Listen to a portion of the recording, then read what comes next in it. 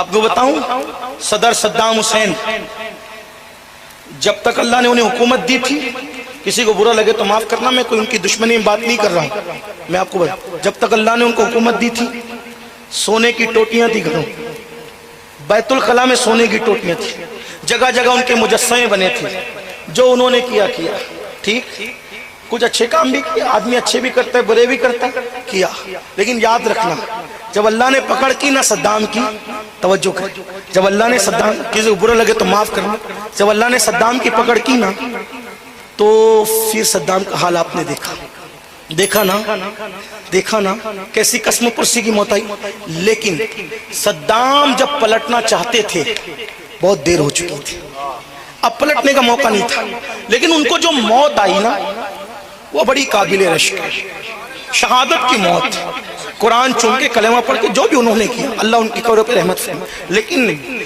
پلٹنے کا وقت چلا جا چکا تھا۔ میں یہ نہیں کہہ رہا ہوں کہ وہ ایسے تھے، کچھ نہیں، کوئی پوزیٹو نیگیٹو کوئی بات ان کے بارے میں نہیں، لیکن کوئی ہو جب دولت کے نشے میں آدمی اللہ کو بھولتا ہے، پھر کوئی قدرت اس کی پکڑ کرتی ہے، اور جب قدرت پکڑ کر لے پھر آدمی پلٹنا چاہے بھی تو وقت ختم ہو جاتا ہے۔ اس لیے جوانی کے نشے میں، دولت کے نشے میں اللہ کے غضب کو چیلنج مت کرو، جوانی بھی چھین لے گا، دولت بھی چھین لے گا، توبہ کی توفیق بھی چھین لے گا۔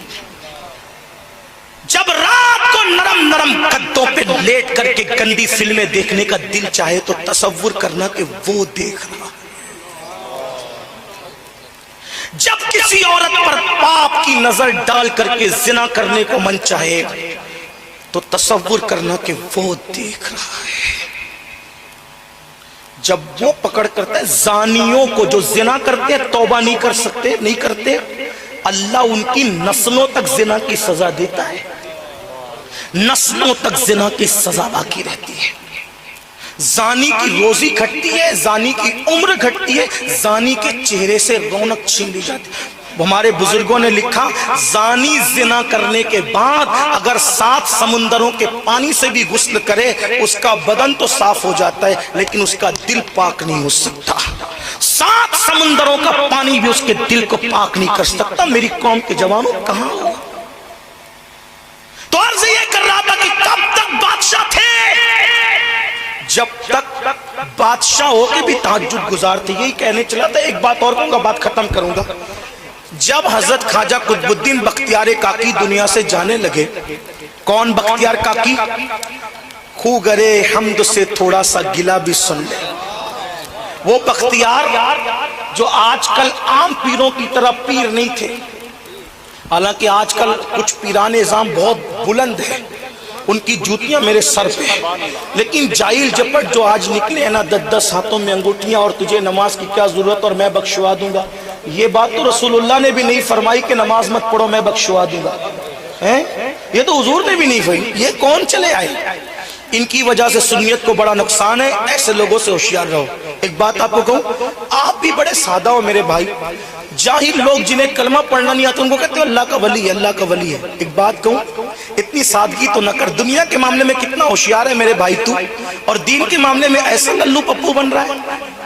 جاہل کو کہتا اللہ کا ولی ہے۔ آپ سے اتنا کہتا ہوں، کیا جاہل کو تم اپنی بیٹی دو گے؟ اپنی بیٹی دو گے؟ جب تم جاہل کو اپنی بیٹی نہیں دیتے تو اللہ جاہل کو اپنی ولایت کیسے دے گا؟ جسے کلمہ بھی نہیں آتا، اس کو ولی کہتے ہو؟ ولی، ہر ولی عالم ہوتا ہے، غیر عالم کبھی ولی نہیں ہو سکتا، لیکن بس بات اتنی ہے کہ کسی کو کتابوں سے علم دے دیتے ہیں اور کسی کو نگاہوں سے دلوا دیتے ہیں، مگر ولایت دینے سے پہلے علم ضرور عطا کرتے، کسی جاہل کو ولایت عطا نہیں کی جاتی۔ ہاں اتنا یاد رکھنا۔ تو بہرحال بابا قطب بڑے ولی، کیسے ولی؟ غریب نواز کے جانشین،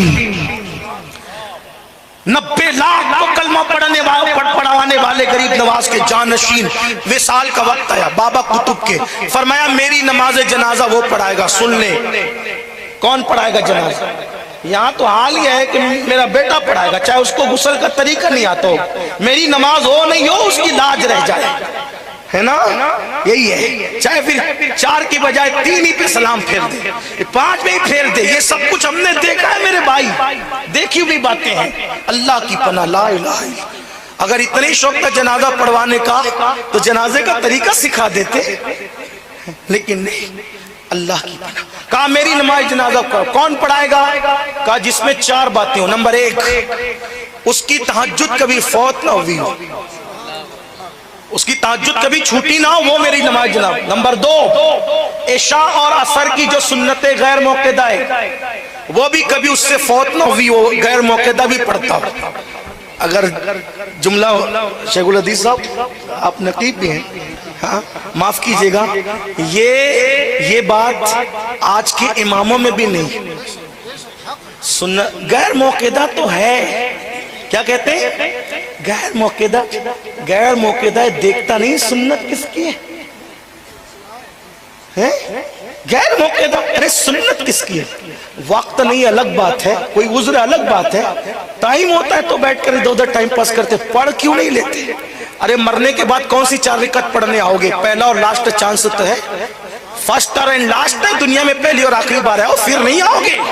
اور یاد رکھنا ایک بات سن لیں، بزرگان دین نفل پہ زیادہ توجہ دیتے تھے، کہتے تھے اگر فرض چھوٹ جائے تو اس کی قضا ہے، لیکن نفل چھوٹ جائے تو اس کی کبھی قضا ہی نہیں ہو سکتی۔ یہ ان کی فکر تھی۔ جو نوافل پہ اتنی توجہ دے وہ فرائض پہ کتنی توجہ ہے؟ بڑی معذرت کے ساتھ آپ کو اگر پوچھوں فجر تک بیٹھو گے کہ نہیں بیٹھو گے؟ دیکھو سب ہاتھ اٹھائیں گے فجر تک بیٹھیں گے، لیکن آپ سے پوچھتا ہوں میرے بھائی کتنے عشاء پڑھ کے آئیں اور جا کے فجر کتنے پڑھیں گے؟ تو وہاں آ کر سوالیہ نشان کھڑا ہوتا ہے۔ بلکہ میں تو اپنے علماء کو اور اپنی عوام کو یہ مشورہ دیتا ہوں، جلسہ 11 بجے ختم کر دیا کرو، زیادہ سے زیادہ 12 بجے ختم کر دیا کرو، کیونکہ آپ جہاں تو حال یہ ہے کہ جو نہیں پڑھتے فجر وہ نہیں پڑھتے، لیکن جو بیچارے پابندی سے پڑھتے ہیں جلسے میں رات کے 3 بجے تک جاگتے تو جو پڑھتا ہے اس کی بھی اس دن چھوٹ جاتی ہے۔ یاد رکھنا ایک مسلمان کی فجر کی نماز ایک طرف اور کروڑوں جلسے ایک طرف، دونوں کی برابری نہیں ہو سکتی، اس لیے میرے بھائی نماز کا خیال کرو۔ بات دور نکلی تو کیا کرے، قطب الدین بختیار کاکی ہمارے سرکار چشتیوں کے تاجدار، الحمدللہ ہم لوگ چشتی بھی ہے، قادری بھی ہے، نقشبندی بھی ہے، سروردی بھی ہے، الحمدللہ ہمارے یہاں سلسلوں کا کوئی تعصب نہیں ہے، اور ہم نے ولیوں کو سلسلوں کے تعصب میں نہیں بانٹا ہے۔ ہر ولی ہمارے سر کا تاج ہے، ولی تو ولی ہے، ارے ہر مومن ہمارے سر کا تاج ہے کیونکہ وہ میرے نبی کا امتی ہے، یہ بات ہمارے یہاں ہے۔ اللہ اکبر۔ تو عرض یہ کر رہا تھا، فرمایا پہلی شرط تہجد فوت نہ ہوئی ہو، دوسری شرط سنتیں غیر موقدہ نہ چھوٹی ہو، تیسری شرط کبھی تکبیر اولیٰ نہیں چھوٹی ہو اس کی، یعنی ہر نماز جماعت سے پڑھتا ہو، اور جماعت میں بھی کبھی رکوع میں آ گیا کبھی سجدے میں آ گیا نہیں، ہمیشہ پہلی تکبیر سے جماعت میں لگتا ہو۔ تیسری شرط، چوتھی شرط محرم عورتوں کے علاوہ اس نے کبھی کسی نامحرم کا چہرہ جان بوجھ کر قصدن نہ دیکھا ہو۔ محرم کو چھوڑ کے، محرم مطلب امی، بہن، بیٹی، پھوپھی، دادی، یہ جو محرمات ہیں، محرم کے سوا نامحرم اجنبی عورت کا چہرہ جان بوجھ کر اس نے کبھی نہ دیکھا ہو۔ تہجد نہ چھوٹی ہو، سنتیں غیر موقدہ کبھی نہ چھوٹی ہو، تکبیر اولیٰ نہ چھوٹی ہو، اور اجنبی عورت کو اس نے کبھی جان بوجھ کر نہیں دیکھا۔ جس میں یہ 4 شرطیں ہوگی وہی میرا جنازہ پڑھائے گا۔ اللہ اکبر۔ لوگ سوچتے تھے جنازہ پڑھانے والا غار سے تو نہیں آئے گا، لیکن خواجہ قطب الدین بختیار کاکی کا وصال ہوا۔ علامہ احمد جام کے شعر پر، کشتگان خنجر تسلیم راہ ہر زمان از غیب جانے دیگر راست، اس پر وصال ہوا۔ وصال کے بعد جنازہ تیار ہوا، تیار ہونے کے بعد لوگ سوچنے لگے کون پڑھائے گا، کون پڑھائے گا، کون پڑھائے گا۔ کون آیا پڑھانے پتہ ہے؟ دلی کا بادشاہ سلطان شمس الدین التمش آئے، اور آنے کے بعد سینہ تان کے نہیں کہا کہ دیکھو میں تہجد گزار ہوں۔ یہاں تو کارپوریٹر صاحب جمعہ پڑھے تو اس کو وہ فیس بک پر اور جو ہے وہ واٹس ایپ پہ ڈالنا ضروری سمجھتے، عید پڑھے تو اس کو ڈالنا ضروری سمجھتے۔ بادشاہ اتنا پابند تھا لیکن کسی کو خبر نہیں تھی۔ شمس الدین جنازے پر آئے اور پیر کا جنازہ پکڑ کے روتے ہوئے کہا مرشد آپ نے تو پردہ کر لیا اور ہمیں بے پردہ کر گئے، آپ نے تو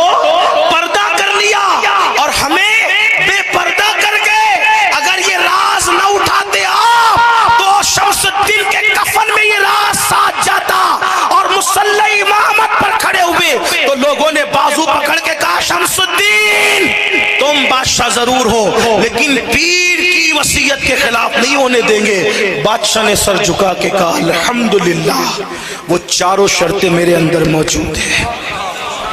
جب اپنے اتنے پاک دامن تھے تب تک بادشاہ تھے، اور آج گندے ہو گئے، بیکاری ہو گئے۔ حالات کب بدلیں گے؟ ہمیں بدلنا پڑے۔